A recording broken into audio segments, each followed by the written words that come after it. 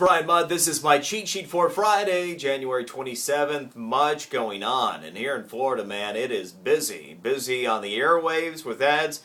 Busy in terms of political events, if you're so inclined. Ought to have some pretty cool information for you on Monday based on some weekend affairs I have going on.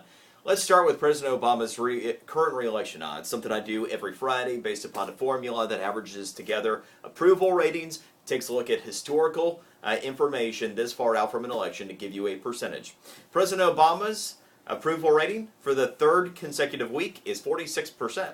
It's very steady now. We had seen moves of a couple points here and there, very steady, and this comes after the State of the Union as well. Most of the approval polls have been taken post that, so if he was expecting a bounce, it didn't happen, but at the same time he hasn't lost additional support. 46% average approval rating this far out from the election accounts to about a 55% chance of him winning re-election. So still, the odds are slightly in his favor. As for the people challenging him, well, things just got dramatically better for Mitt Romney on multiple fronts. I'm not a person who's going to tell you who wins debates. That's in the eyes of the beholder. But I can tell you if somebody, my perception of somebody having a good night and somebody not having such a good night. And on one hand, though I thought Wolf Blitzer and his questions were the better half of ridiculous, and really was just, here's a bag of stuff, why don't you throw it and light it on fire on Mitt's door, and why don't you do the same on Newt? There was really no substance in the questions. It was that type of a fight. But Mitt was ready for it, and Newt did not have his performance again of last week. Even with the audience last night, Newt just never had those special moments that he was able to cultivate in last week's debate. Now, the debates have mattered so much that it catapulted Newt to a double-digit victory in South Carolina on Saturday. However, his performance Monday, which left some people wanting, ended up resulting in Mitt gaining the lead in the polls here. Mitt right now, as we sit, has a 5-point lead in the leading average of all of the Florida polls. So Mitt, right now, before we have polling data from last night's debate, already is the odds-on favorite in Florida.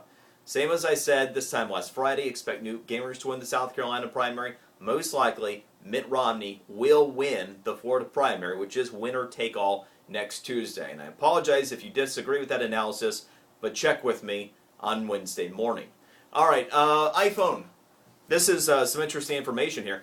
Despite the 4S having been knocked by some people as not having enough cool stuff to warrant the big product release, 89% of all iPhones being purchased are the 4S.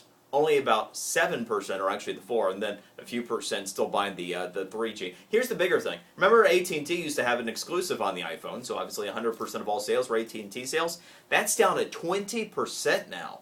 Down to 20%.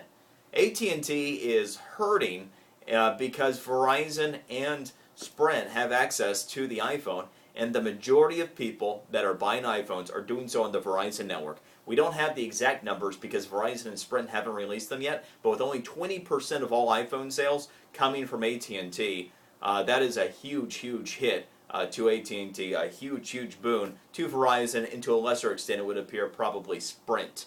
That is the cheat sheet for today. Enjoy your weekend. We shall see you on Monday.